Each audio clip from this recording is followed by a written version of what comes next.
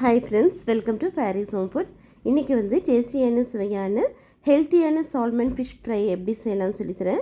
இந்த salmon fish fry வந்து ரொம்ப ஹெல்த்தியானதுங்க. விட்டமின் டி ப்ராப்ளம் இருக்கிறவங்க இந்த ஃபிஷ் வந்து கண்டிப்பாக எடுத்துக்கோங்க. எலும்புக்கு பற்களுக்கு வந்து நல்ல ஒரு ஸ்ட்ராங்காக இருக்கும். கால்சியம் அதிகமாக இருக்கிற இந்த மீன் வந்து வாரத்தில் ஒரு நாளாவது சாப்பிடுங்க.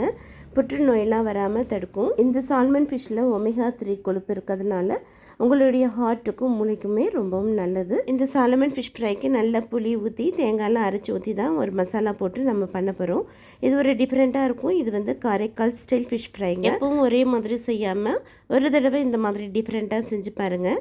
வாங்க இந்த டேஸ்டியான சால்மன் ஃபிஷ் ஃப்ரை எப்படி செய்யலாம்னு சொல்லித்தரேன். வீடியோக்குள்ளே போய் பார்க்கலாம். வீடியோக்குள்ளே போய் பார்க்குறதுக்கு முன்னாடி நம்மளுடைய சேனல் ஃபேரிஸ் ஹோம் ஃபுட் சேனலில் சப்ஸ்கிரைப் பண்ணாதவங்க சப்ஸ்கிரைப் பண்ணிக்கோங்க. தேங்க்யூ. காரைக்கால் மீன் வறுவல் பண்ணுறதுக்கு இன்றைக்கி நான் இங்கே 1/2 கிலோ சால்மன் ஃபிஷ் வந்து எடுத்து வச்சுருக்கேன். நல்லா வாஷ் பண்ணிவிட்டு இந்த மாதிரி துண்டு துண்டாக பீஸ் போட்டு வச்சுக்கோங்க. அடுத்து ஒரு மிக்ஸி ஜாரில் ஒரு கைப்பிடி அளவுக்கு தேங்காய் போட்டுக்கலாம். ஒரு டீஸ்பூன் சோம்பு, 6-7 காஞ்ச மிளகாய் போட்டுக்கோங்க.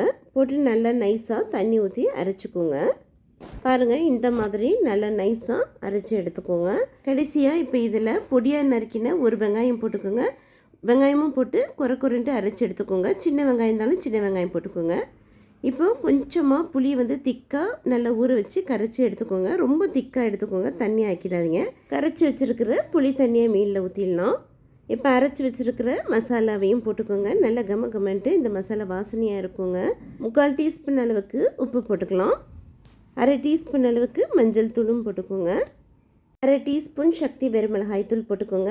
நம்ம ஆல்ரெடி காஞ்ச மிளகாய் போட்டு அரைச்சிருக்கிறோம். அதனால் காரம் வந்து உங்களுக்கு ஏற்ற அளவுக்கு நீங்கள் காரம் பார்த்து போட்டுக்கோங்க. மீனில் நல்லா உப்பு காரம்லாம் பிடிக்கிற அளவுக்கு மிக்ஸ் பண்ணி விட்டதும் நல்லா 1-2 ஹவர்ஸ் வரைக்கும் நல்லா மீனை வந்து ஊற வச்சுருங்க. அப்படியே ரெஸ்ட்லேயே இருக்கட்டும். எந்த அளவுக்கு மீன் ஊறுதோ அந்த அளவுக்கு மீனில் நல்லா உப்பு காரம்லாம் பிடிச்சி மீன் நல்லா உடையாமல் நல்லா ஃபிஷ் ஃப்ரை வந்து சூப்பராக கிடைக்கும். அப்படியே எடுத்து ஃப்ரிட்ஜில் ஒரு 2 ஹவர்ஸ் வச்சுருங்க. இது ஒரு பக்கம் இருக்கட்டும். மீன் வறுவல் பண்ணுறதுக்கு பேன் வச்சுக்கோங்க. தேவையான அளவுக்கு எண்ணெய் ஊற்றிக்கோங்க. எண்ணெய் சூடானதும் கொஞ்சமாக 1/2 டீஸ்பூன் அளவுக்கு சோம்பு போட்டுக்கலாம். சோம்பு பொரிஞ்சதும் கொஞ்சமாக கருவேப்பிலை ஃப்ரெஷ்ஷாக போட்டுக்கோங்க. இதோட ஃப்ளேவர் வந்து ரொம்ப நல்லா சூப்பராக இருக்கும். இப்போ ஊற வச்சுருக்கிற மீனை வந்து அப்படியே எடுத்து போட்டுக்கோங்க. நல்ல மசாலாவை நல்லா பெரட்டி மீன் எடுத்து போடுங்க. அப்போ நிறைய மசாலா இந்த மீனில் பிடிச்சி ரொம்ப சாப்பிட்றதுக்கு சூப்பராக இருக்கும். இப்போ உடனே திருப்பி விட்டுறாதீங்க. ஒரு 5 மினிட்ஸ் அப்படியே விட்டு திருப்பி போடுங்க. இப்போ 5 மினிட்ஸ் ஆயிடுச்சு. அப்படியே மெதுவாக ஒன்றா எடுத்து திருப்பி போட்டுக்கோங்க. நீங்கள் இடையில நல்லா திருப்பி விட்டுக்கோங்க. இதில் நம்ம தேங்காயெலாம் அரைச்சி ஊற்றி பண்ணும்போது இந்த மசாலா வந்து கொஞ்சம் வேகிறதுக்கு லேட்டாக தான் ஆகும்.